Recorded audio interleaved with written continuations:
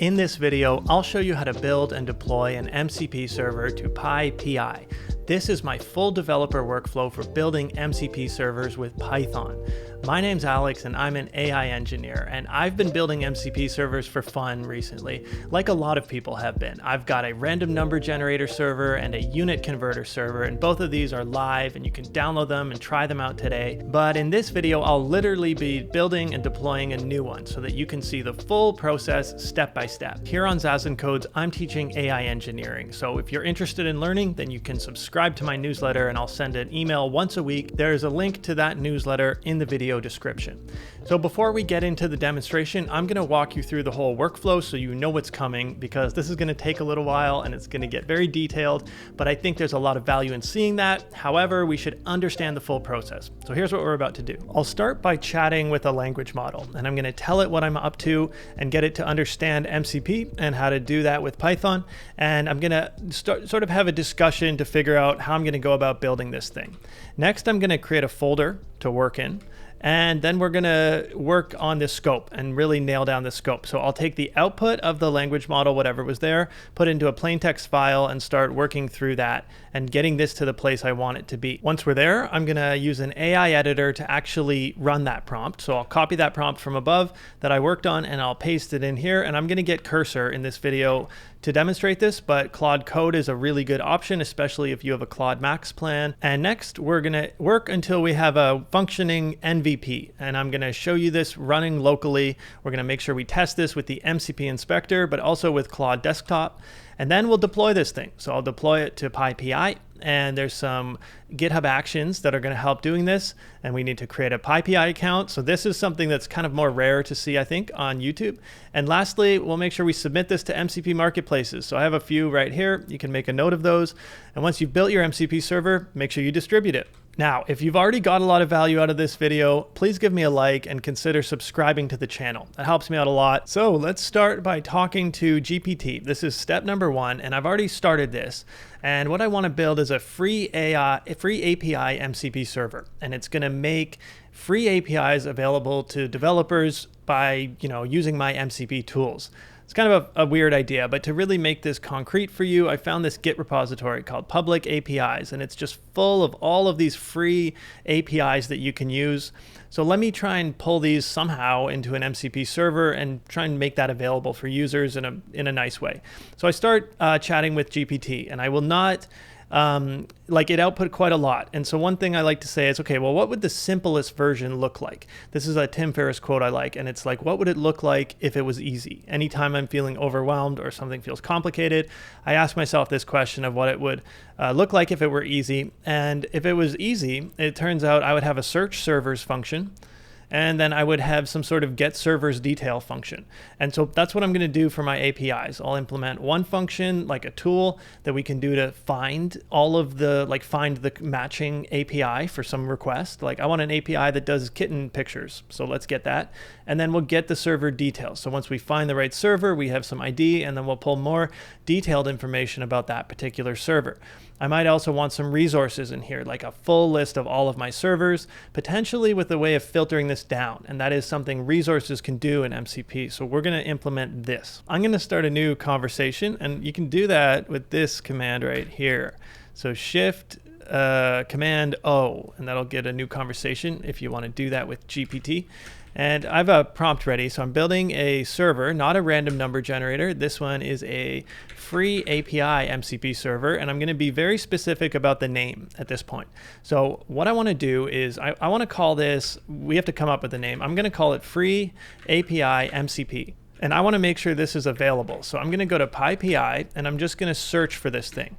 And I don't see it. I see free sample API. I can also be really careful and just plug it in right here. And I should make sure that this package does not exist. I want to distribute it to PyPI, so that's where I'm checking. So we're good to go. This name has not been taken, so I can create that. And it's helpful to get the name right, because the LLM is going to start outputting a whole bunch of stuff very specific to that name. So the goal is produce a minimal accessible Python MCP server. This is all pretty boilerplate stuff. And I just noticed this up here, random number generator. We don't want to do anything with that. I just Yeah, that was from before. I forgot to remove that. So this is what we want. We want it to understand MCP and fast MCP 2.0, and we want to call it this. And then I've just written some stuff at the bottom for more details of what I want in the server. And I'm looking for this to create me like an implementation spec that I'm going to hand over to Cursor. So I like some of what I'm seeing, like this lightweight approach, sentence transformers. This is exactly what I want to do for getting the embeddings. Now, while this works, I'm going to open up a new chat. And in this window, I want to deal with actually getting this data. So the first thing I'm going to do is just find what this data looks like. And I can look at the README, and I'm going to look at the raw format of this. So there should be a raw button, and this is the data itself. So let me go back, and I'm just going to give it an example of the type of data this looks like. Write me a Python script that can parse out all of the APIs and their columns in JSON as a list of objects. Server, assign a unique ID. Assign a key for the category. Nice. Okay, so here's the Markdown. Right. Well, this goes. Let's see how the other one is doing. So it's finished, and here's the spec. It's kind of a key step at the first initial part. So this is where we're going to put our APIs, and then we've got this NPZ file, vectors plus IDs generated. This is going to be the general format it's expecting for our servers. That's cool, roughly speaking. It's even recommending to use this repo that I've been looking at, even though I didn't explicitly say that. And here's the search tool that we're going to want, and getting the details tool and some resources. It's created something for us. This is interesting. For embeddings, it wants to use fast embed, and I might not want some of these last stuff. It seems like it's gone and put out a lot of detail. Maybe I don't want that. Let's copy this, and we're going to move on to the next part where we actually start to build this thing. So I'm going to create a new folder for this, and I'll call it Free APIs MCP. Ooh, actually, this is plural. I don't think I did that as plural. So I'm going to have to fix all of that. We'll have to deal with that. Now I'm going to create dev logs. I'm going to put this file in here. So dev logs, and I'll just call it 2025.md. Put that inside of here, and all of this gets dumped in there. So now when I open up Vim, I can see that file, and here's where I want to start working on this. And I'm going to, create this into the actual result I want. So first of all, I called it Free API MCP. I didn't really mean to do that. So Free API MCP actually should be Free APIs, like plural MCP. That's what I want to call it. Okay, so that's been changed. So now it just says Free APIs everywhere, plural. I hope that's a good name. I'm going to ship that. I guess I could change it later. Not really. Once you ship it, you can't change it. Okay, so here's the spec. And yeah, I will keep this project spec. Okay, goals and non-goals, publish a tiny thing, expose two tools.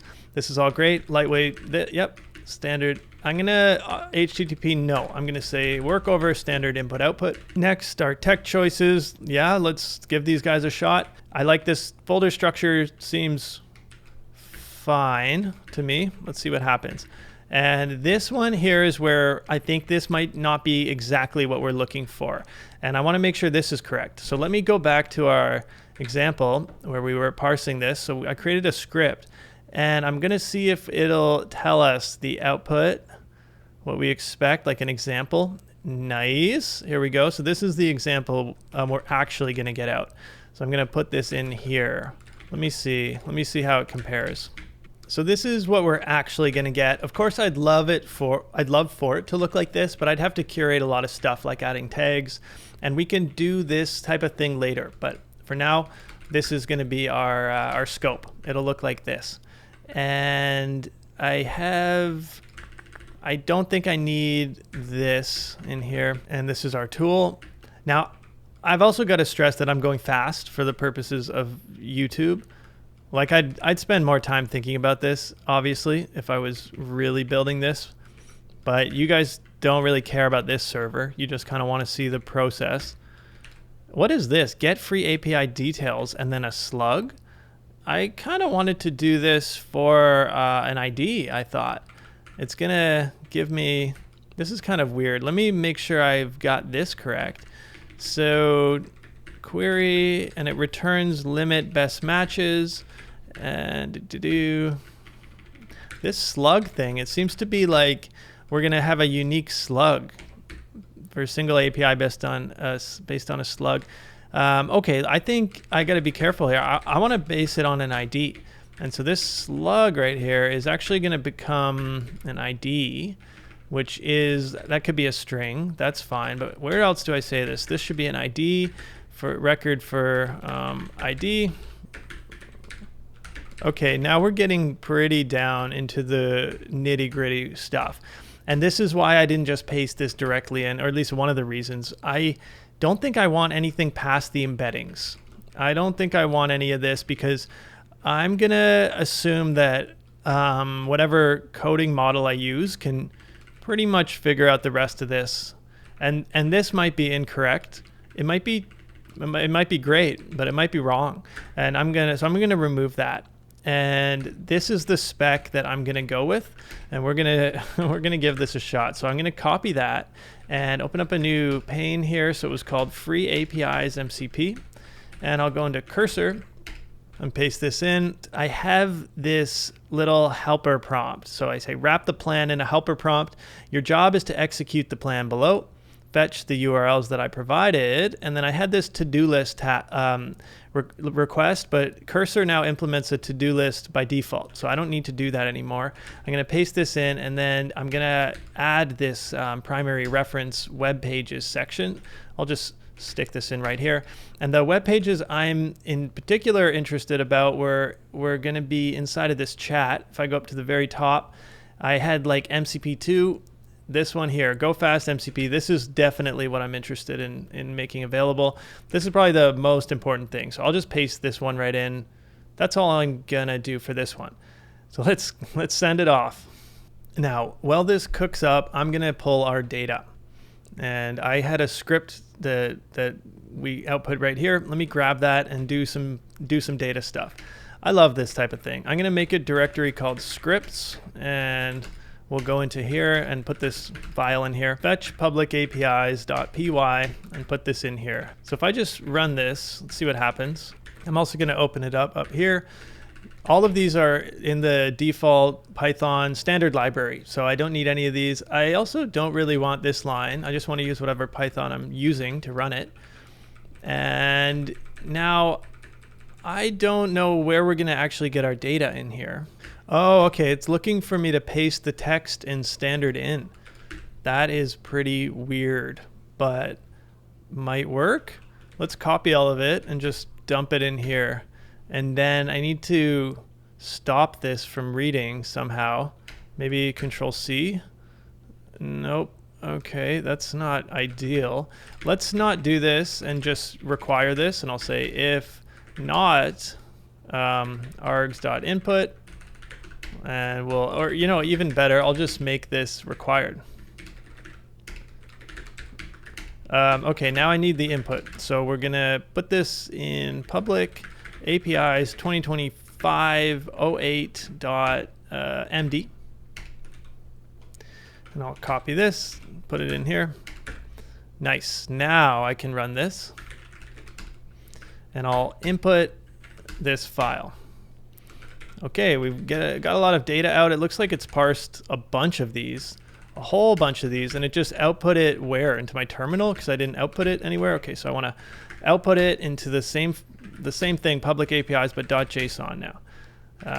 Nice. So now if I look at the public APIs.json, by the way, they'll be in here inside of scripts.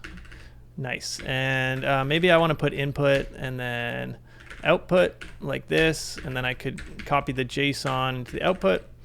Oh, that didn't work. Here, output. Okay, now I'll copy the JSON into the output, copy the Markdown into the input, and then delete these. And then finally, I'd want to document how this would work. So this one went output, this one went input. This is kind of dumb, but I could just run it again to validate it. And this is the result. Like, this is our data. This is what we're looking for. We've got these call this API link, which is really unusual that those, I don't know what those are doing. Call this API link. Wow. Maybe I want to get rid of that. Let's get Claude going. All right, so if I look at Claude, I've got this stuff. So I'll say, update the fetch to remove. What do I want to do? I wanted to remove this. I want to say, call this API and call this API link. Ensure that all fields have consistent schema. And what's kind of wild is like our whole directory is kind of blowing up here as a cursor has been building stuff. But I don't want to show that yet because we're like focused on this little task of parsing the data. And I'm also kind of interested in how big this data is. Okay, so it made that change. So fetch public APIs. Okay, it's just gonna get out of Claude. I'd usually want to keep it open. That costs 20 cents. And let's rerun this. So this was the command. Run that again, and now this file's been updated. It's pretty big, so it takes a while to open. I've still got this call this API. That's frustrating. So I'm being pretty dumb, and I'm gonna attribute this to the fact that I'm trying to film this live and do stuff, but I don't know, maybe it's just me. So API layers API, call this API. This is like a table that we don't really want. This is related to other stuff. We can actually just simply remove all this stuff. What I really just want to do is delete those. This is the real API data I want, and look at how beautiful this is. These are all free APIs, and I'm going to put this into our server, but check this out. It's 14,000 rows long. So this data is kind of a little bit big to ship with PyPI. We're going to need an API to serve this. I don't think I can bundle this up. I don't know, maybe I can. 14,000 lines. Okay, it looks like even though this file's 14,000 lines, I should be okay to ship it well within normal package sizes. That's good news. So I think the plan is still a go, and I want to see how big this is. Let's do easy A-T and then long. Nice. So yeah, it's not bad. It's only half a meg. So I think we're okay to ship this with our package. But of course we don't really want to ship these. Well, we do, but we also want to ship the embedded versions of these things.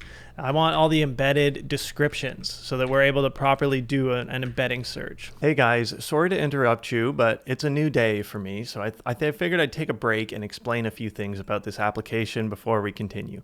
Basically, what we're working towards is a thing where users can ask a question like, find me a weather API for mountains or for Toronto, or find me a quote API for anime quotes or for like awesome action movie quotes or something. And this server should be able to take that query and look it up against the list of APIs that we have available. And my strategy for doing that is using embeddings. I'm going to take that query from the user, I'm going to embed it, and then I'm going to search it against a vector database of descriptions of the MCP servers to find the matching embeddings, return those search results, and then the MCP server has another tool. So that was the first tool, that's the search tool, and then it has another tool to, like, given the ID of the top match, actually pull the details for that specific API. That's what I'm trying to build right here. And this is cool because I'm trying to build this all to run on local hardware using really lightweight, like neural network embeddings. So this is going to be cost effective for people. And I want to ship all of this in PyPI. So this is what I'm going to try and do today. So for the rest of the video, I'm going to try and get this working as quickly and minimally as possible. And I can iterate on this later to improve it. I just want to show you guys a full MVP, like minimum viable product of what this server would look like. By the way, quick hook for my stuff on zazencodes.com. If you're enjoying this, I have more comprehensive developer video tutorials over there, so you can check those out. So I'm going to look at the source code very quickly, because we still haven't looked at what was generated there, but I need to just sort of put a README file inside of my scripts, and I just want to document how to actually run this thing. So I'll say fetch new public APIs is the URL. That's good. And now I also want to, I'm going to say fetch and update Dataset. So we're going to take this file, this output file here, and we're going to put this where? I'm going to go back one, go into source, free API MCP. Look at how this name is wrong. Ugh, I wanted this to be plural. That is so annoying. I'll have to figure that out later. Free API MCP, and then what else? Data store. Okay, so if this free APIs looks like this, I'm going to try running this command and make sure it looks different now. Now I want to create embeddings based on these descriptions, and I'm hoping whatever we've built will already do that. So here I have a README, right? This is like a nested README inside of scripts. And now we're going to stop looking at these embeddings and this data set, and we're going to bring this back down to look at this README file and the sort of project level stuff. So I'm going to do %bd to clear all my buffers in NeoVim, and then I can find the README file, and this is the one I want. I can even look at that a little bit nicer as a markdown thing. Okay, this is my MCP server. Good. That's the installation command. The first thing I notice is we're using, pip is going to be good. That's how I want to distribute it. And build embedding indexed. First run builds automatically too. That sounds good, but I'm going to want to do this. And this is a really minimal README file.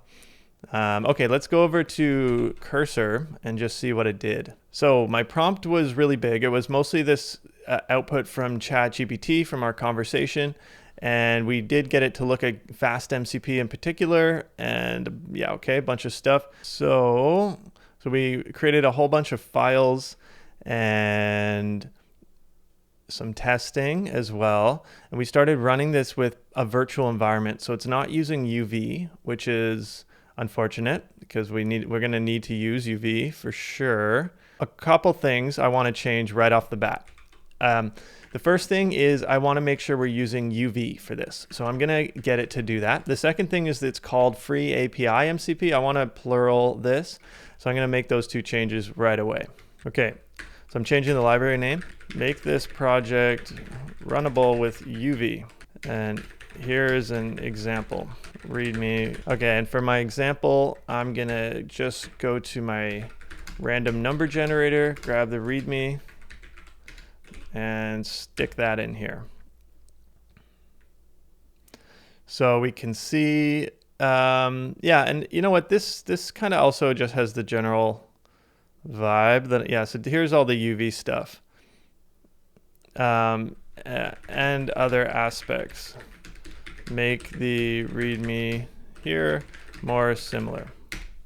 All right, it's finished. It did everything like I asked, but I'm kind of having I'm kind of thinking twice about the name. Change it. I'm really torn right now between calling it free APIs MCP or maybe public APIs MCP. The other option that I'm kind of thinking about is just free API MCP. I don't know why, just like this name just seems a lot better. Like I just like this name. I don't really like the plural actually. So encouraging the model. This is good. Now actually I want to change the library name back to free API MCP. Actually, I'm just going to stop this. I'll say that.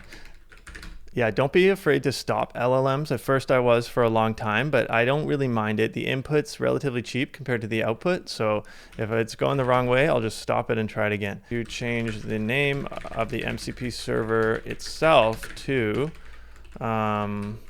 free API MCP. Oh my God, it's deleting all these files just to do this. Now, since I'm gonna have to change the name of this folder, I'm gonna leave everything. Okay, so where are we? So down here, we're gonna get out of this and we're gonna go back. So now I'm gonna move it to be the right name. Now, what else do we have here? I'm just gonna clean up our environment a little bit. So I'm gonna remove the venv and I'm gonna set this up from scratch. And I wanna also see if we have any embeddings. So inside of source, yeah, there's all this stuff. We have this old stuff. I don't know. I'll get rid of that. Get rid of this. Okay, this is looking good. Here's our full list of free APIs. This is good. That's what we've been creating. And now we have our server and all of our stuff and all of our tests. This is cool. So let's look at the pyproject.toml. I want to see if I'm in here. So Alex is not quite right. This is my email like this.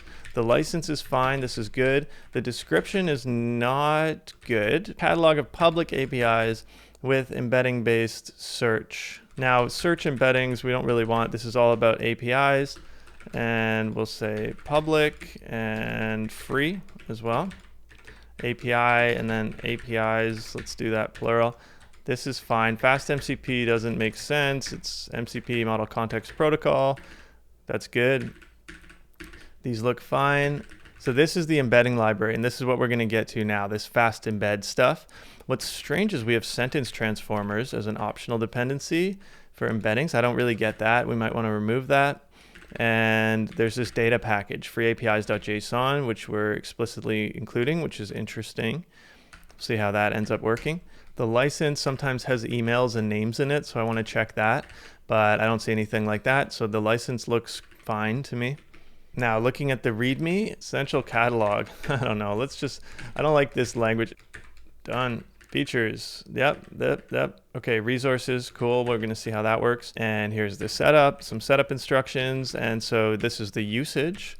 And we're gonna need to build the index. That's kind of interesting. Let's see how this works. So let's try and actually do this and try and run this thing. So UV sync dev, let's go in here. And I don't have any virtual environment. So when I run UV sync dev, it's gonna install the whole development package that we have. Okay, so running this UV sync dev, if I go to my pyproject.toml, that's gonna come down here and it's gonna install the dev dependencies. So these ones right here, it triggers these dependencies, PyTest, rough, MyPy, but also all of these ones right here. So let's see what we've got. We can't, fast MPC 2.y. Python 3.9 does not satisfy the Python 3.10 requirements. Okay, so let's go into my friend Claude and fix this one here. Try it and debug. I think we need to upgrade. That's kind of shit. Okay, I was going to use Claude to solve this, but that's kind of, I feel like you guys want to just see me do it because the problem, I know the problem, I'm just being lazy. It's this. We want Python should be greater than 3.10. So if I find anywhere else that reference 3.9, like this is 3, that's 3, this is fine. I think this is the only place we referenced 3.10. So, or 3.9 rather. So I want to do that. Oh, look at this. Free APIs, it's still using that old name. Caught it. Actually, I can just look that up quickly. Free APIs, MCP, where else? Ooh, okay, in main right here. Gotta fix that. Yeah, that's fine. All right, so now Python requirements is 3.10. So 3.9 is not gonna work. I'm happy to do that. So now let's try it again. Oh, there's a TOML parse error. Uh-oh. Okay, what did I do? Oh, I didn't have my, build system. I just made a mistake. Nice, it's just installing all these libraries. This is all the stuff we need in our requirements according to this pyproject.toml, and that's been installed. So looking back at the README, now we want to run tests apparently, but I actually just kind of want to run this thing. Like I want to try and get it working, and it's installed, right? But I don't see this index being built. I don't know, let's just try it. Yeah, so this actually isn't, okay, obviously this can't run. Why did this not run? I installed it, but what this does is it's like, it looks for this package on PyPI, but that doesn't exist. Like this doesn't exist on PyPI, it's only on my local system. So the way for me to run this would be to say UV run free API MCP, and that's the equivalent command to this one. So if I actually call that, it's gonna run the thing on local. And I could presumably talk to this using, it's like just running this server on standard IO. But I haven't configured this with any tools or anything, so I don't know how to speak to this thing right now. But so I'm gonna quit this. And what I'm going to try is to build our index. So let's do the same thing, but instead of, now I'm going to pass an argument in here. And the argument is going to be build index, like this. I'm going to pass that in. And I wanted to show you that. So if I look at my main file, this is over here in my project.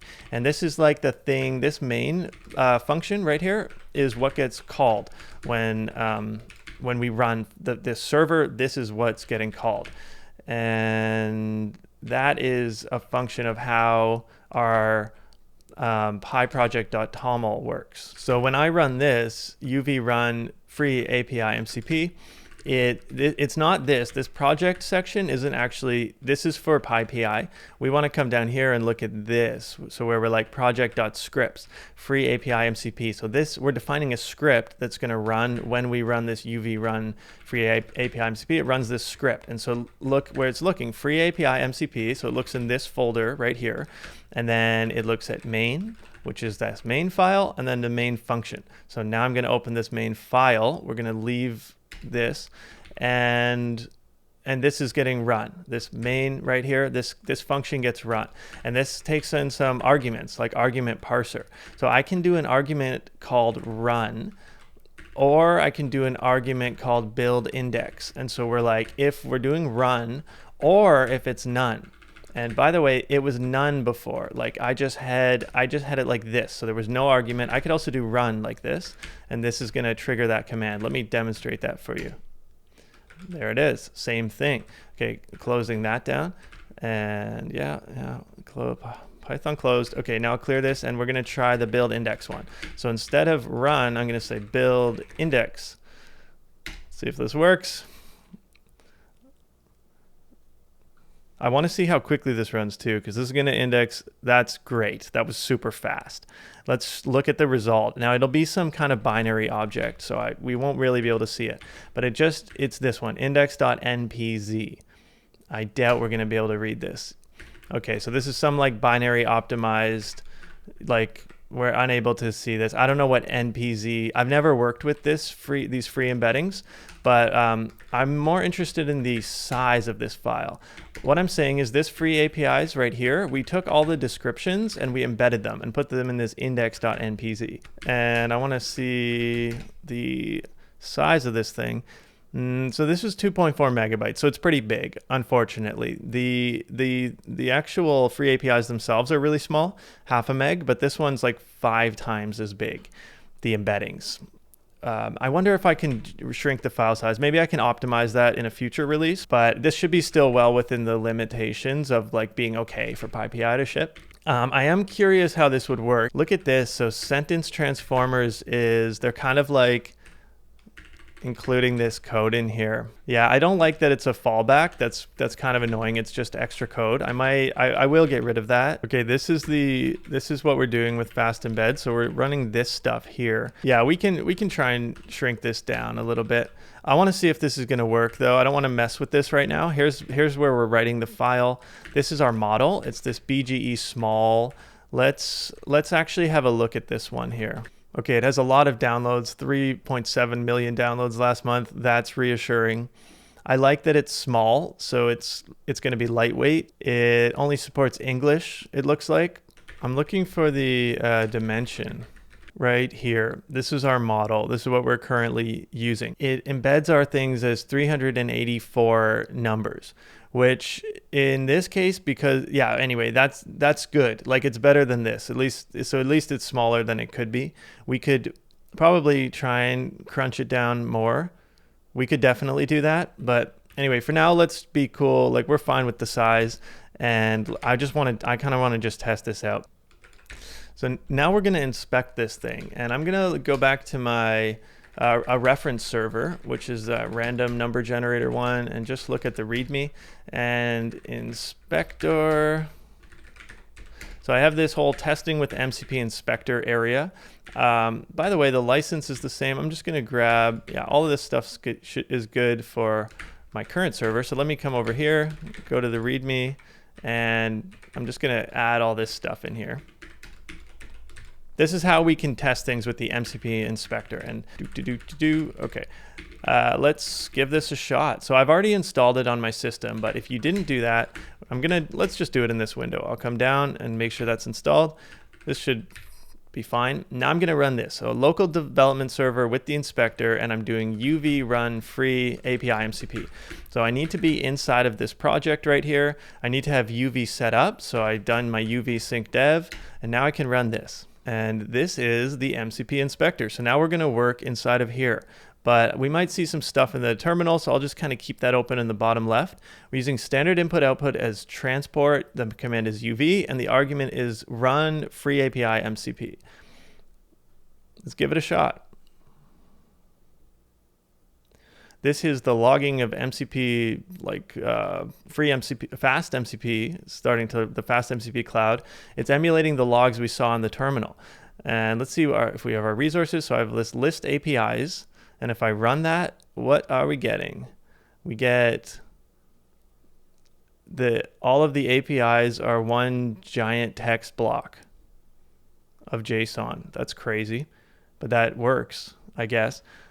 All right, let's see tools. So if I look at the tools and list these are the two tools we wanted. Search free API. And this can take a query, and it's going to return something for me, and then get API details, which takes the ID. Let's give it a shot. I'll say weather API, something very, very simple, and we'll try and find 5 of them. It already ran. We've got a RESTful free API to check the weather. Like, I didn't cut there. It just ran immediately, which is really good news. So the embeddings are really fast. Weather API with other stuff. Weather API powered by, okay, wow. What about anime quotes? Let's see that one. Immediately ran, instantly. And where are we? Anime Chan, anime quotes, over 10K, anime facts, movie quotes, anime database. Okay, wow, this is wild. So the unstructured content, this is what's going to get returned to the LLM. So we're going to have to, basically, the LLM will pick up this ID and then do something with it. So let's say we take this anime chan one, and I'm going to copy that ID, and now we're going to test the other tool for looking up the server details.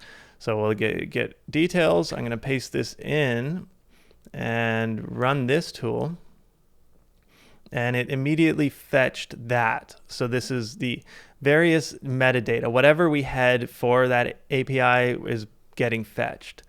I'm going to walk through how this actually looks in Python code, but it's super helpful, right, I think, to see the demonstration like this. And I am very excited about this. We're going to test this with the language model now. That'll be the next step. But first, I'm going to walk through how it works, and then we'll do that. So that was our demonstration of the Model Context Protocol Inspector. Now let's test this with Claude Desktop. So I have this CMCP command, which is aliased to this. So in my home library application support, Claude, and then Claude Desktop config. And you can access this through Claude Desktop just by opening it and getting the config.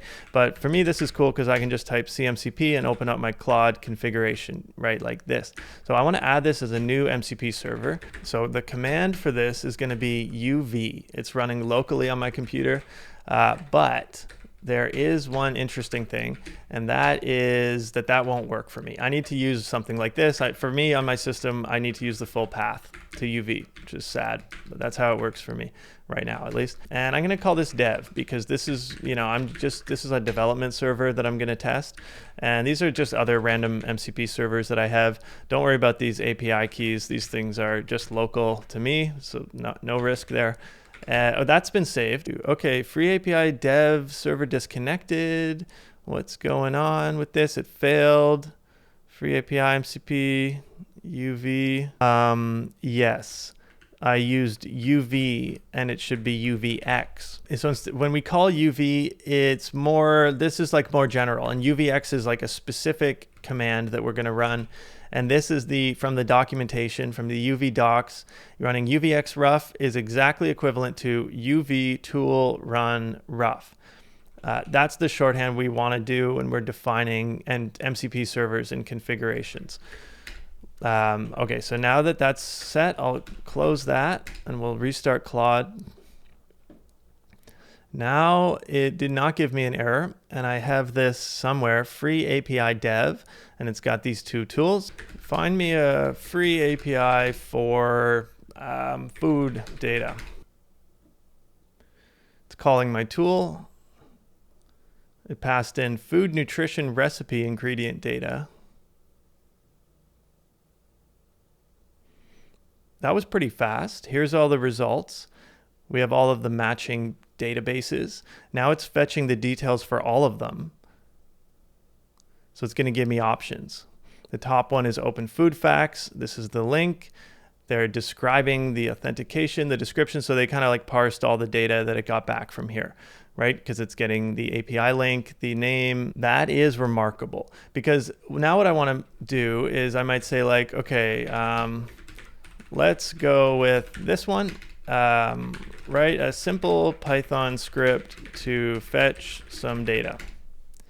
And what Claude can do is start researching that on its own. So this was just to identify the server, and you could imagine like I could create some integrations for being able to do this, but these LLMs are so good anyway at doing this sort of stuff. So I kind of like think the core value proposition at this point of my server is just making this stuff available. And using these embeddings seems like a super cool way to do it. This also gets at a key point of MCP in general, and it's like it's a data thing. So my big use case for MCP is making data available to people, to LLMs, and having like a way to pass data back and forth. So if you've got valuable data, you'll be able to create a valuable MCP server. But if you don't have valuable data, it's going to be a lot more difficult, I think, to create value with MCP. So it created this script, and I'm going to need an app ID and an API key. So this guy, I'm going to pull it up here. So what we'd actually need to do some stuff, there's pricing, but this is why it's free, because it has this free plan. It's just that you have to go get an API key. So you'd have to go ahead and sign up, which is completely makes sense and standard because this costs the money to serve and so on. So no problem with that. It's just that I don't want to actually run this because I don't want to go through the process of signing up. How about this top one, Open Food Facts? Open Food Facts instead. All right, let's give this a shot. Come to a new window. I'm just going to go to my downloads and script.py. I'll paste this in and we're going to run it. Requests, right. Okay, so I have this pyv and I'll run scripts with that. So pyv, which is much more interesting than whatever this script is doing, is this virtual environment that I've installed and aliased. And this has a bunch of stuff installed in it. So, you know, my default Python is this guy, and Python doesn't want you to globally install stuff. If I try and install anything, it's going to be like, oh, that's external, that's a system-wide package. Don't do that. Now you can do it. You can pass this break system packages. I'm not going to do that because I don't want to break my system packages. So instead, what I do is I have this virtual environment that I run things on, and I call it pyv, Python virtual, I don't know, whatever. That's just what I called it, and it lives here. So, oh, sorry, that's pip. It's pyv. Yeah. If I want to install something, I say piv install requests, and that will install like this. That's fine. Like Python's totally of course okay with installing things in virtual environments. So this is my ad hoc Python environment, effectively my global one that I use for stuff like this. So that's what I used for running this script, and it worked. It grabs some stuff like Coca-Cola and it gets nutrition facts from it. And whoa, Hawaii Coca-Cola. Okay, anyway, that's kind of cool. Nutella, sketchy stuff. That nutrition score. Ingredients, sugar, palm oil, and then this. That might be I don't know when hazelnuts even comes in here. Anyway, so that worked, and we can see how good a job Claude does just at like dealing with this and looking up the recent documentation. So I'm happy with this implementation. Overall, I'm just super happy with how this works. Let's go back to my server. Now I'm going to talk through how this thing actually works. We've seen the demonstration. It does work great. And why is that? Let me walk through this whole thing from scratch. After I do this, I'll ship it to PyPI so you can see that process. I want to start with my pyproject.toml file, and I want to focus on this right here. So the project scripts are free API MCP main. By the way, I should put in my name here. This will be, I just don't want to forget this for later because I'm going to upload it to GitHub before I open source it, and I'll check everything. Okay, back to this. So we have this free API MCP main. So this is where I want to start everything. And this main file will determine how we're able to run stuff. So I'm going to open that. So when we run this free API MCP, it look like it's a command for UV, and it starts looking in here and doing stuff. So if I have the subparser like run, if I specify run as a command, then it does this stuff. It'll call this run up here. And if I specify build index, it'll call build index CLI up here. The build index was the first thing we did. So I want to show you that first. And it's going to come down here, and it's going to call this index equal build index. This is for generating these embeddings. This is how we generated index.npz based on this free apis.json. And I want to verify in this file that it's using the description to do that. It might not be. It might just be embedding the whole thing as a single record, which would actually be okay. Actually, yeah, we'll see. So we build the index right here, and then we save the index. The saving the index should be pretty straightforward. We're just going to make sure this exists, and then we use mp.savez, and we say what is the path. So the p equals index path, which is a function that I'm calling, which returns data store directory. Index file data store directory is this. It's a path to here, data store. So we're in here, and then we create this index.npz file, which is defined up here. Okay, so now we have an index path, which we build on the fly, which is a little strange and complicated. But anyway, that's how we're saving it, and that works fine. Let's look at how we're building it. So build index was this, and this does this. It loads the catalog of text. That should give us this. So it's loading everything, and it's loading it from this catalog path, which is this thing, this free apis.json, this file right here. Excellent. And then this is the right function. So then it embeds the text using this embed text, and then normalizes L2, these vectors. That's wild. And then it returns this embedding index object. The embedding index object, I'm assuming we import this somehow. No, this is a data class. Okay, this is our own data class, and it's expecting some vectors, and it has some other information, and it defines a search function for us, which is totally crazy. And it's doing this at vector search. So this is not super scalable. The vector search we're doing is searching over everything, every single vector that we have indexed. So this won't scale well. It's not like a proper database. However, you saw that it worked really efficiently. So whatever this is doing, even though it's not scaling great, I'm pretty sure it scales as roughly n. So as you increase items, it like goes up linear in time. This search, maybe because it's vectorized, it's not quite linear. It might be a little bit faster. Anyway, this part here, we're getting the top K. So top K is really common for like indexing things, and for searching in vector databases. And we're just going to get like however many top K we define when we run this search, which is going to be passed from the user in the tool. And we'll see that in the tools. But this top K is, and this search function is somehow going to get sourced back up. Okay, let's come back down to where we were following this. So this was inside of build index function. This is what we're eventually returning. We're going to try and build this thing. And I think the interesting part is getting the vectors.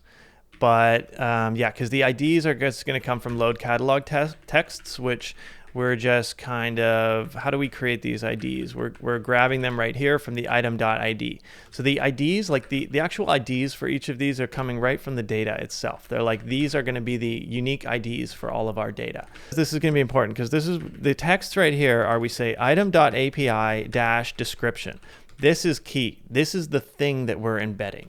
And so if I go back to this file, so we have item.api, so it's the name of the API, and then it's the description of the API. And those are the two things that go into our embedding model. Like we don't include this in the embedding, we don't include any of this stuff. So if the user was to do a search like, oh, get me embeddings that only use HTTPS, there's no, like, that's not going to work very well with this sort of system. It doesn't really support that. Also the category, it doesn't support the category. So a better strategy could be to take all of this and embed the whole thing. Like take this, put it into a JSON string, and then embed it. So there's room for improvement on how this is being done, but this is a really key line right here. So that's kind of trying to make this clear. Right, so we get out these texts and we're passing this into embed texts, and here we're going to see what I've been describing. And where's this defined? So the text is a list of strings. Those are those strings we just saw. And we have a model that we're going to load. So it's complicated because we have this fallback, and I'm going to remove that soon. Okay, because this is actually the function we want to call, but it's just so hard to find it because we have this whole thing going on. But this is where it's going to do the thing, and it's going to create these vectors. Embed text fast embeds. It passes these text in. Let's see that. Takes these texts. This is going to be really simple. It's going to take an encoder.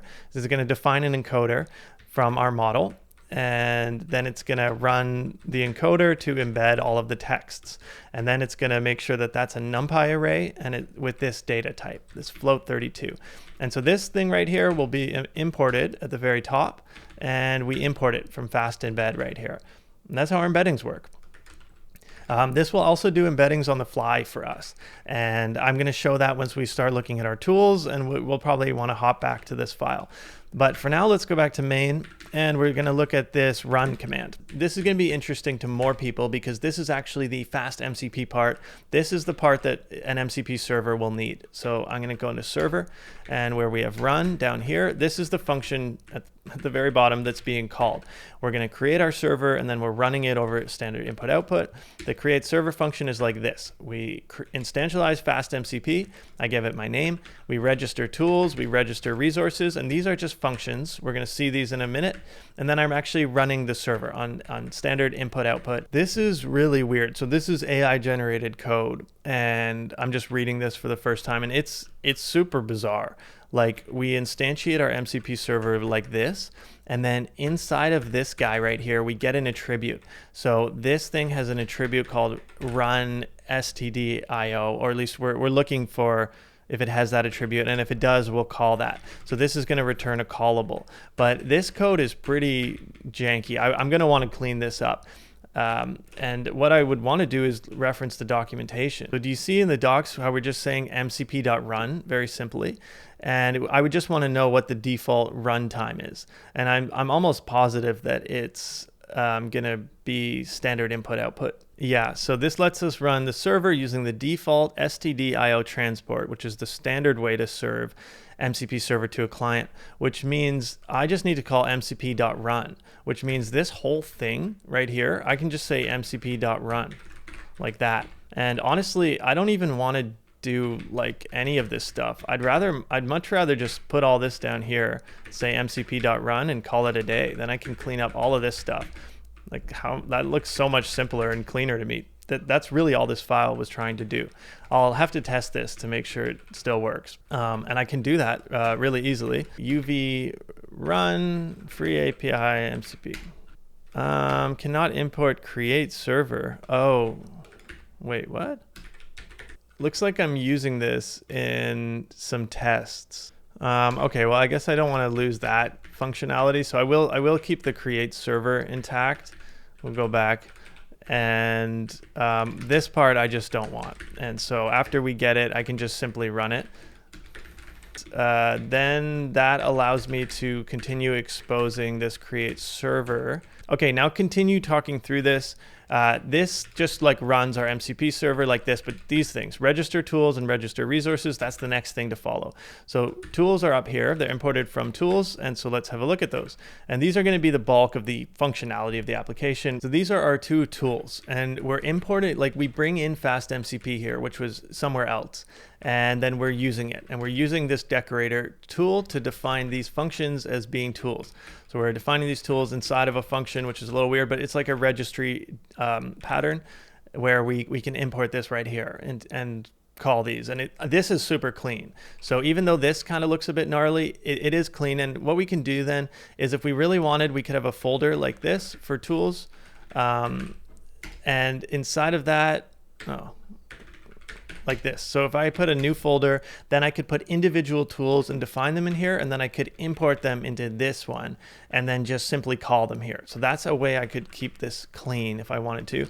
But since these tools are simple, I don't need to do that. I'm cool with just leaving it how it's working. The tools themselves, we have the search free API. It takes in a query, which is a string, and it has some limit of how many we're going to get. And this limit corresponds to the top K. That's how we decide how many embeddings to return from this vector search over our index.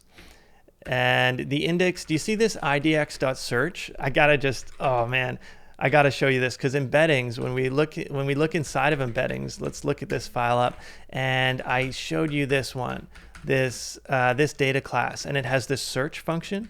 So this data class is our embedding index, and it has a search function that takes in a query vector and a top K. And look at this. That's this search function right here. We take that index and we call that search function. And I pass in this, which is our embedding vector for the query, and the top K, which is going to be just like a simple number, which I'm a little confused by this. It's the maximum of 1 and whatever, so it won't be less than 1. That makes sense. And then we look at the minimum of 50 and this thing. So okay, so we're limiting this thing. 50 is going to be the max. We won't return more than 50 things to the model. I'd rather have this as like a global variable or something a little bit more obvious, but it's just kind of like hack, right? So I'll say limit to 50. Great. And then what's going on here? So we're just kind of iterating over the results. For those of you who are really dialed in on this, you'll notice how we're loading the catalog in both of these. So we kind of have access to all of the data of all of the MCP servers here, and then we're just kind of filtering that down into this search result object, which I get from types. So this is like my domain area of the application, this types folder right here.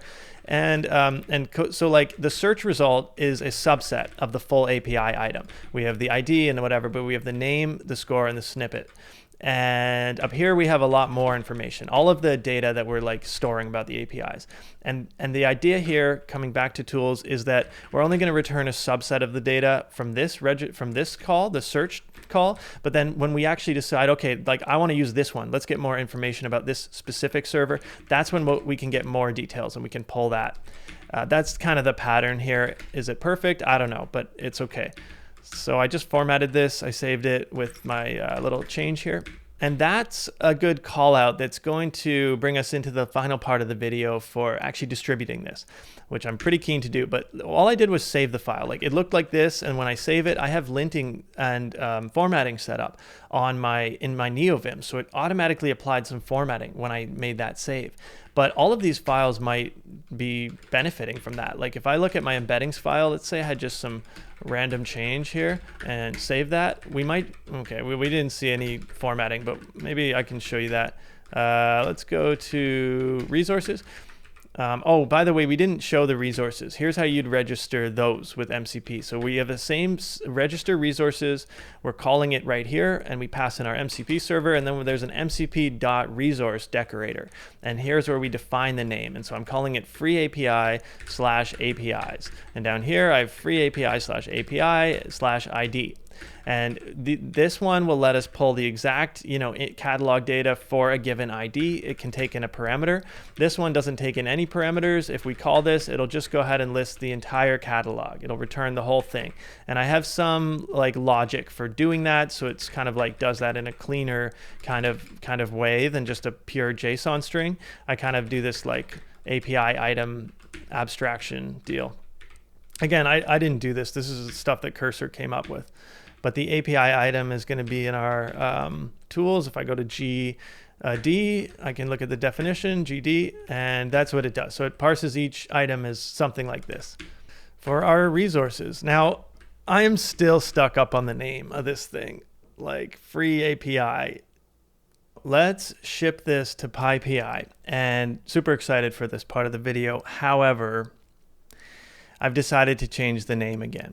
And I asked a couple questions. I asked GPT-5 thinking, and they think I should go with public APIs, MCP. And I asked Perplexity the same question. And they made a good point.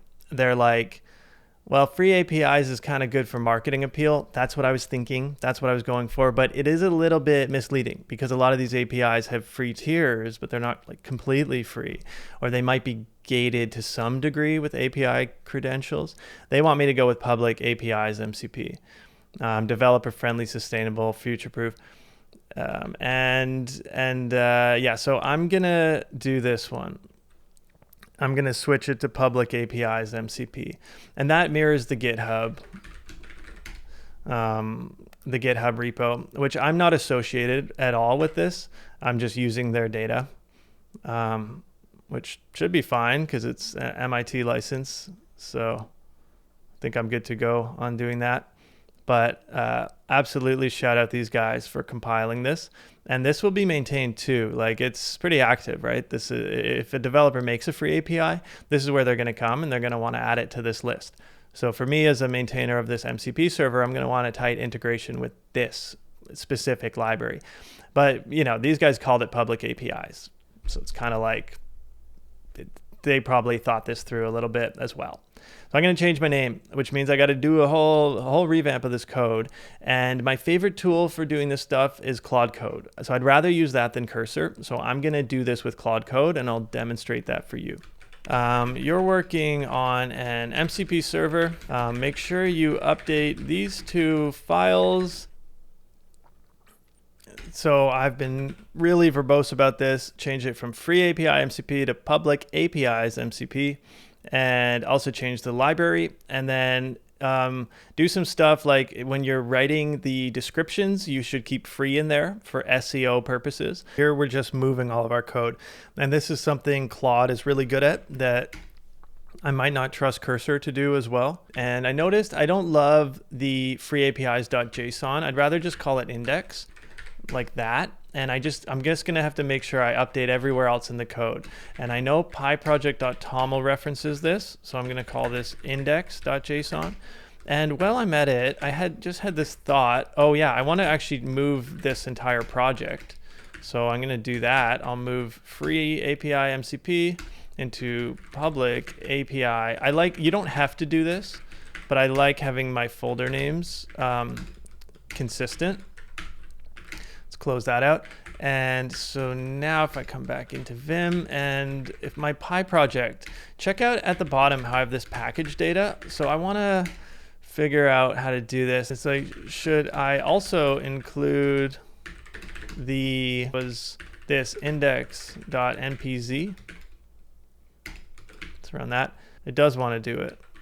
Okay, but why? Does data store directory, they appear to be part of your embeddings based lookup? Yeah. I mean, fair. Okay, so that cost me 7 cents.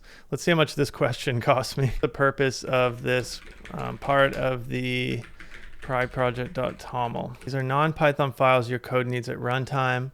It specifies files that should be included. Without this section, setup tools would only include Py files by default. Oh, your package will be missing the data. That is very interesting.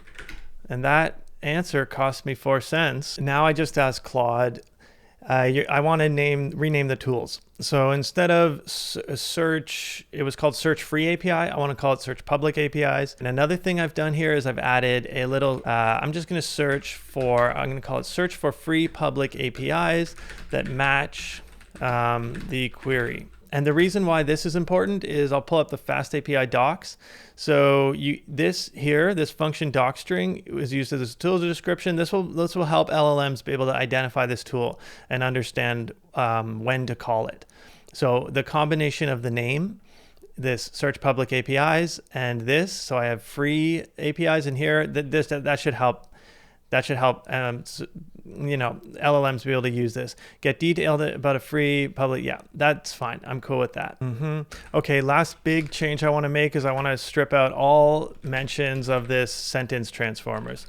So if I just hop in the changelog, we have this here. So remove most of the changes will be in embeddings to completely remove reference to that.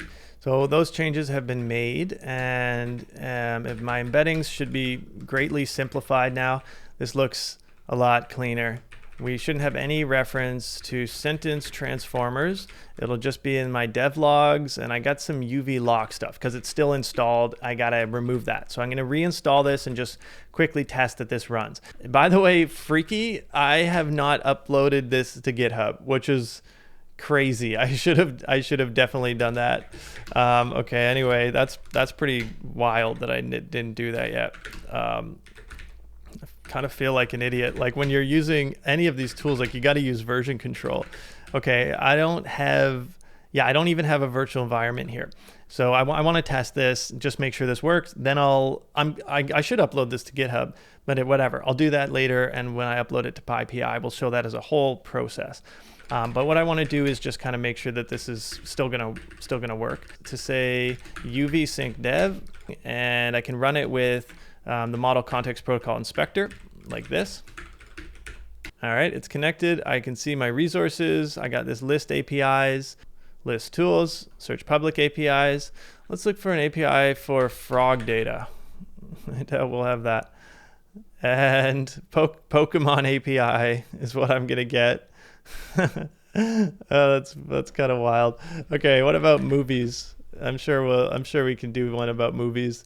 Open movie database, movie quotes, unofficial IMDb movie. All right, this is working well enough that I'm ready to ship this thing. Actually, I should probably check that this will work too. If I grab this one and I come to my details, let's make sure I can actually get the details. Okay, this is the full details of this database. Let's ship it. Now we're gonna ship this MCP server to PyPI so that we can use it and distribute it remotely. And this is something that I think is pretty rare to see on YouTube, so I'm excited to do this. So I'm going to create this as a new repository. That's what I wanted to call it. And I want to put a proper description in this one. And this is going to be important, although it can be changed later, but we want this to be at least decent because this is going to be what all these MCP aggregators are going to pick up. Okay. This is what I've settled on. Search for free APIs using MCP. Now this will be a public package and there's a license included in the source code. So I just got to make sure that this is correct. So I'm gonna create this. Now I need to upload my code, and this is the command I want to copy. The rest I can do myself. So is there a git ignore file? There isn't. Let's create this. Create a git ignore standard Python project.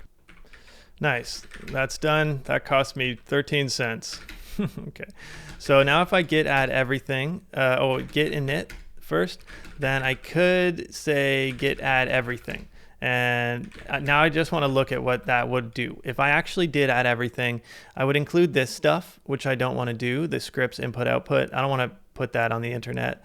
But otherwise, and I don't want dev logs as well coming on here. So I need to change my git ignore, and I'm gonna open that up. And at the bottom, I'm gonna say project specific, and I'm gonna add dev logs. I don't want those in there. And what else was there? There was, what was it? It was like scripts, input and output, so we can test that. So I'm going to save this, and then we're going to say git reset. Now I don't have anything, and I'm going to add everything again. And now when I look at the status, I can see that this all looks good. I'm down to, oh, what's going on here? Oh, I didn't, okay. I didn't do plural, so git reset again. And I'm just saying git add a and then git status. That's the git s thing I keep doing. This looks better. Now that stuff is gone. And this readme can be in here. I'm cool with including that stuff. Okay, so now I want to add my remote over here. And then I'm going to add a commit message. And I'm going to say initial commit. Pretty bad message, and then git push u origin main.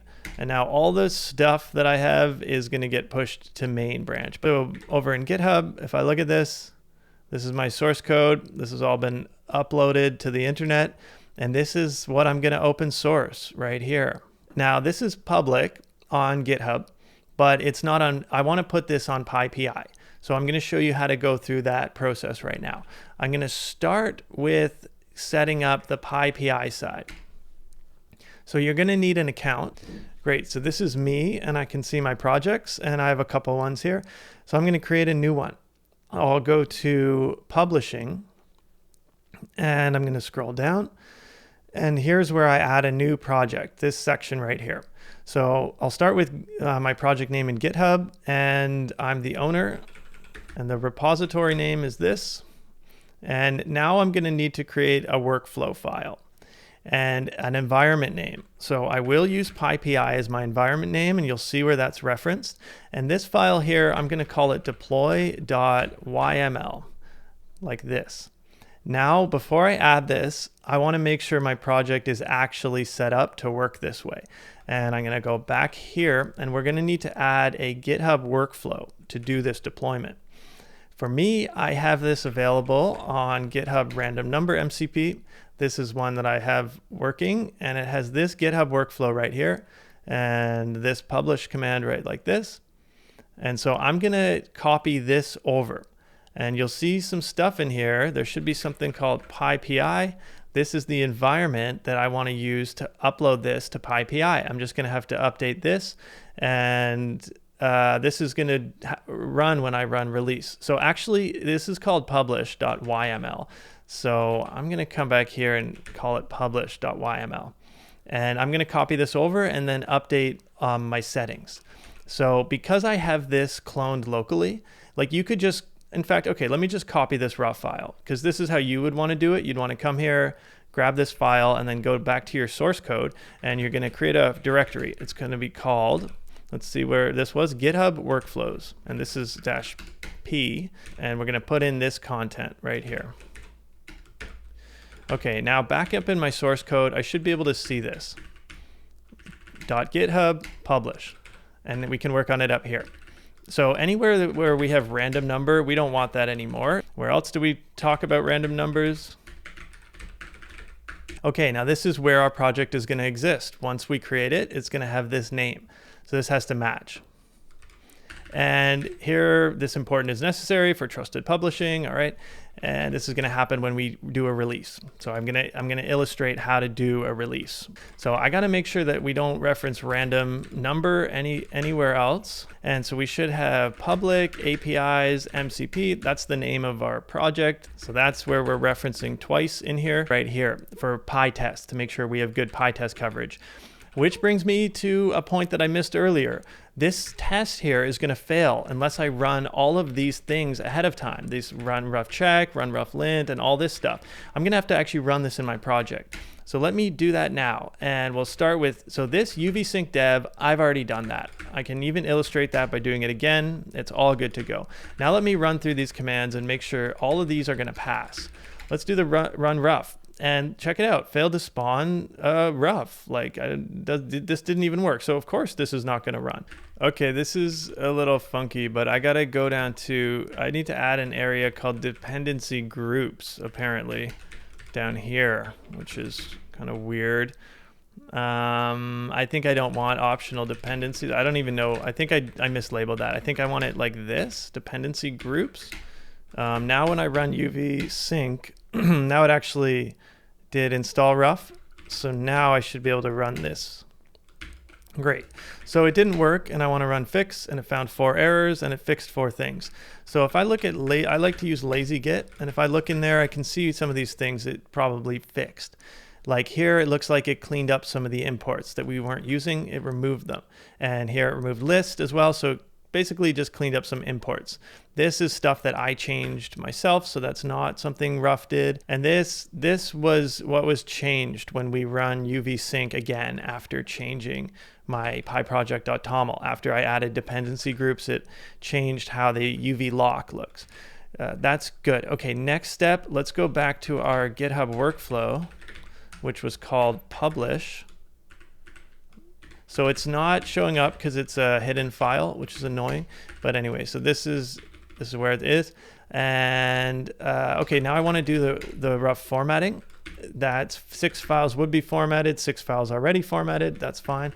And now I can do the type checking. And this is where stuff can go wrong. So hopefully MyPy is happy with what I've done. Okay, two errors and 2 files.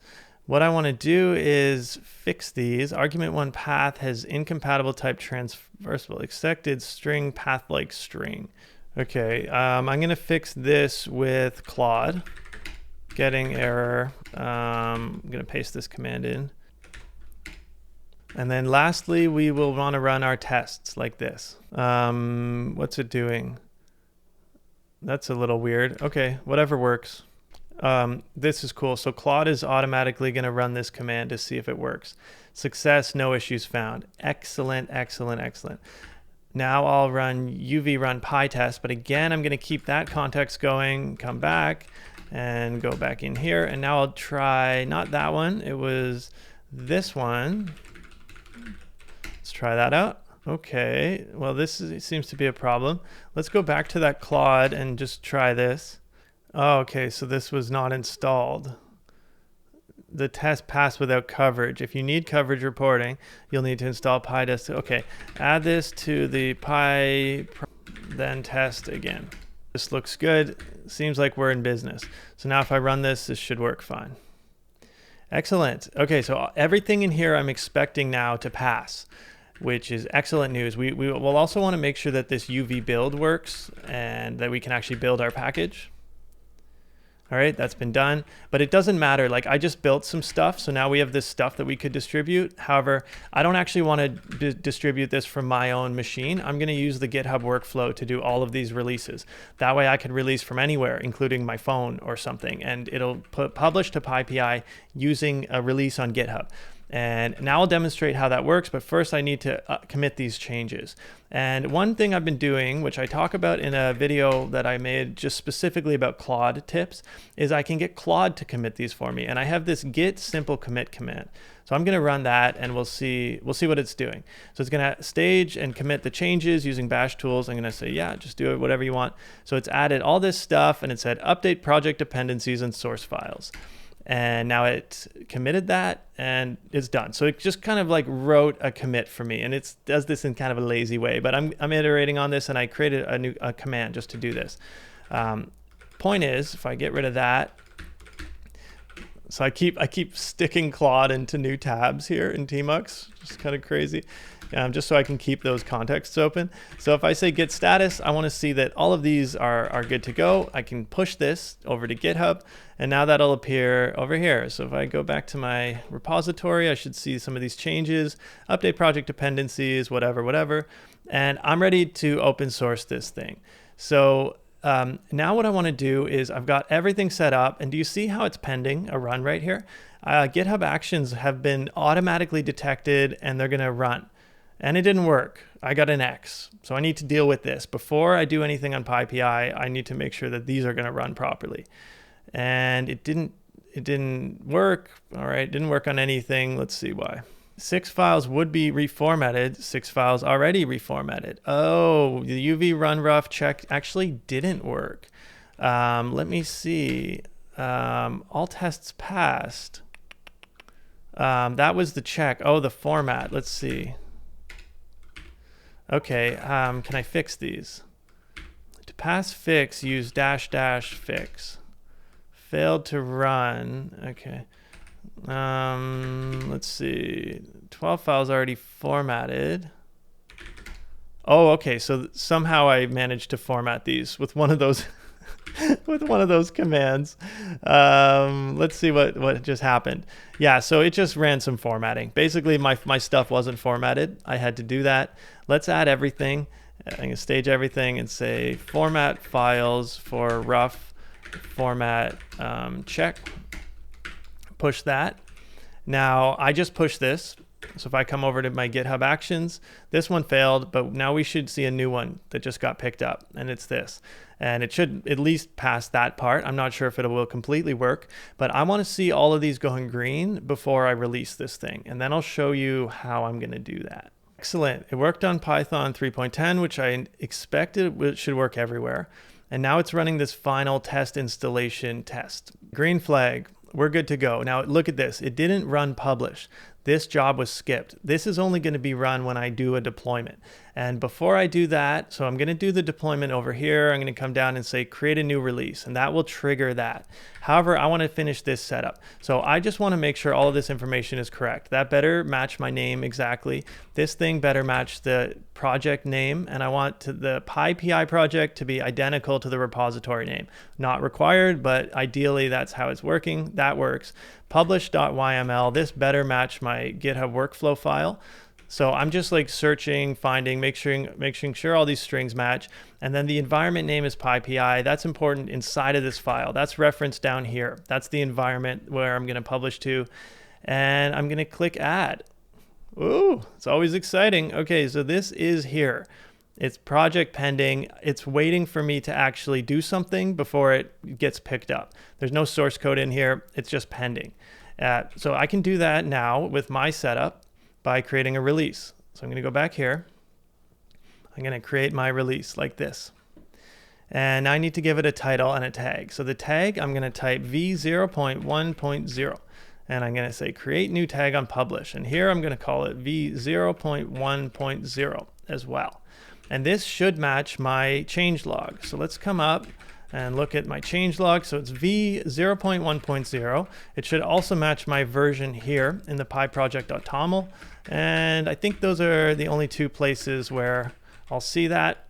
Okay, so coming back to my changelog, this is the initial release. And so these are the release notes, which I want to include, just like that.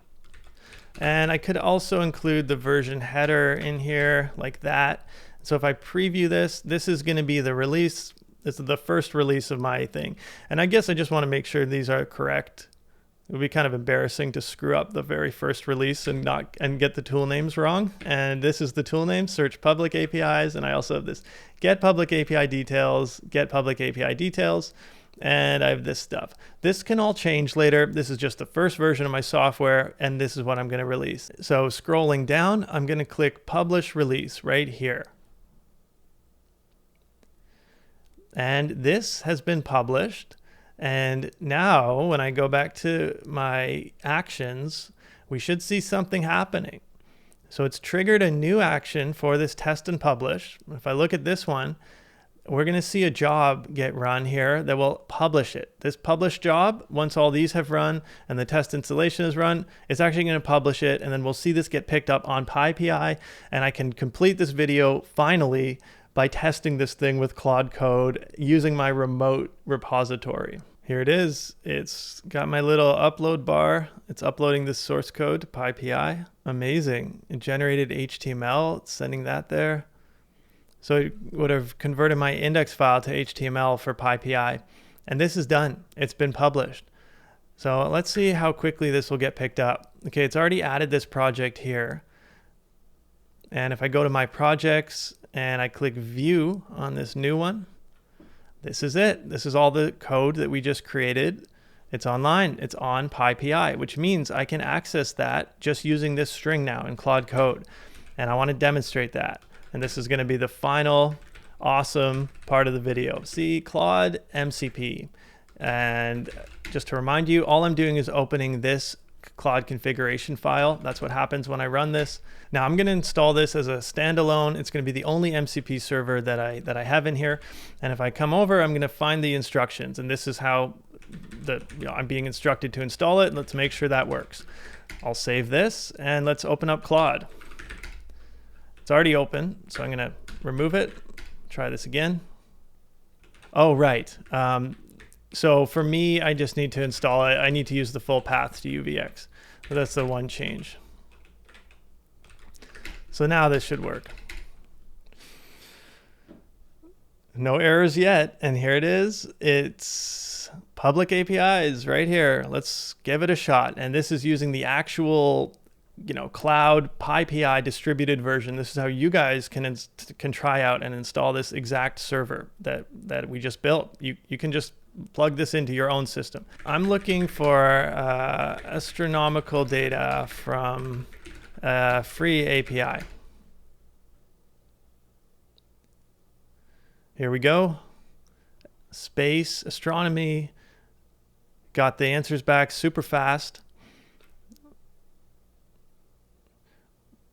and it found it. So it does this pattern, it seems, where Claude wants to automatically pull all the API details for all of this, for all these. Anyway, that's cool. So then it pulls it. arcsecond.io apparently has something for me. NASA has an API. That's amazing. And this worked. That's great. I hate when I get to the end of a video and it didn't work, but this literally worked. This is calling the tool that we just published to PyPI. And it's also doing some crazy stuff with the vector embeddings. And it's efficient. It's pretty fast. Now, I'm not saying that this API is life-changing, some API that can get us free data, but the fact that we built this all from scratch today in this video and saw the full end-to-end pipeline, I think that's pretty special. And the fact that this thing is available on the internet, what we just built for anybody to use is awesome. And so the very final step is to submit the MCP to indexes and marketplaces. And this is an important thing to do just to let the world know what you've got. So I'll give you an example. Here's pulsemcp.com, and I'm just going to submit this thing. So I'll go to MCP servers and I'm going to click submit. This is my URL and I'll just paste this in. So it's Python. I'm not going to give it a name. Search for free APIs using MCP. For the full description, I can include what I put in my pyproject.toml. It's at least better than nothing. All right, so I'll submit this and I'll get an email when this has been, properly picked up in Pulse. So you can also do that for this mcpservers.org. Here's another one, mcp.so. So I can submit in this URL, and this one also wants me to do a server config. That's cool. I can do that like this. Yep, that looks about right. So we'll send that one off. Oh, I got to sign in. Okay. So I've already signed up for mcp.so. So if I go here and look at my servers, I've got one here. So I can submit another one. Let's create this new one and submit this one. Oh, I got to do more. And cool. Avatar image URL. Is that for me or for my server? That one's a little confusing. And away we go. And this is the last one, mcpservers.org. So we could also submit the same type of deal here. But in order to do this, we're going to have to actually edit this file. So you can go into the README and you can make a change. And you can see examples of what people do. They just insert their file, or their server. So you just literally put it in here, open up a pull request, and ask for your file, your server, to be added to this. Let me just do this. So I'll go to README, and I'm going to edit this. And what I want to do is look at all these pull requests. These are other people who are trying to add their server. So they'll say stuff like add Gitbook to list of MCP clients. Let's do an add a Magican MCP server. This is what I'm going to want to do. I'm going to want to submit a PR that's exactly like this. So if I would go to P, and then I just need to get this in the right order. So it's just above here. It should go right under here. And we're going to just make sure it's following the right format. And now I got to have my little description. Looks like just a regular comma. And my server is really simple. Just boom. Or maybe what I should do is this one, search for free APIs using MCP. That's kind of my tagline. For free APIs using MCP, seems really straightforward. And when I open it, it takes me to my source code. So this is what I want to commit. And I'm going to commit this change. And now I got to give an update, servers. And I'm just going to propose that change. Looking good. So I'm going to create a pull request here like this. Place the newly added server in the right position alphabetically. Done. So so this is correct. Yep, I placed it in the right position. So I'll create my pull request. And this is going to get checked, no conflicts. So when the maintainer deals with all of these pull requests, this should get added to this source code, which should then in turn push it onto this list of awesome MCP servers. That's all I've got for you today, and we did it. We did the thing. It worked. Like, this is on PyPI. We can use it on PyPI as advertised. It actually worked. And what I love most about this demonstration is the thing that I built is kind of cool. It's doing this stuff with embeddings. It's like legit AI engineering application. And I think a lot of the things I did in this video require developer experience. Like, these tools are really amazing for productivity, but you need a certain level of competency just to kind of know how to use them, what to call things, make things clean. And that stuff is not something that can be done by AI. Like, we need our brains to know that stuff. And what it really comes down to is picking something you want to do that you're happy to work on for like 10,000 hours over the next 10 years or whatever it is. Like, that's just what it takes. Just pick something you really like and just keep doing it. That's advice I heard from Andrej Karpathy, and looking back at my own career, that's pretty much what I see to be true. It's just like many, many, many hours of doing stuff you enjoy. So all this to say, if you're building your foundational skills, then you should check out the courses that I'm selling over on zazandcodes.com. I have an AI engineer roadmap which talks about all sorts of foundational concepts, including a lot of information about embeddings, which when I was building that course really strengthened my foundational skills in embeddings. And when I built this today, I just kind of knew what I was doing. Like, oh, I've seen that before. I understand how to do this. And it also formulated the way that I built this, because I knew, okay, we're going to need to do a search. Let's just use embeddings. And we built this and shipped it because of that foundational knowledge. So there's no substitute for having a really strong foundational knowledge in the skills that you're applying. You're just going to be way more effective and build better stuff in the long run. Always continue investing in yourself, whether it's through my courses or just through free resources on YouTube. And if nothing else, this video should demonstrate the power of free resources on YouTube, because I hope that I shared a lot of valuable stuff today. I'm going to leave some more links to videos, and if you have some time, you can check those out or add them to your watch later list. Thank you for watching, and namaste.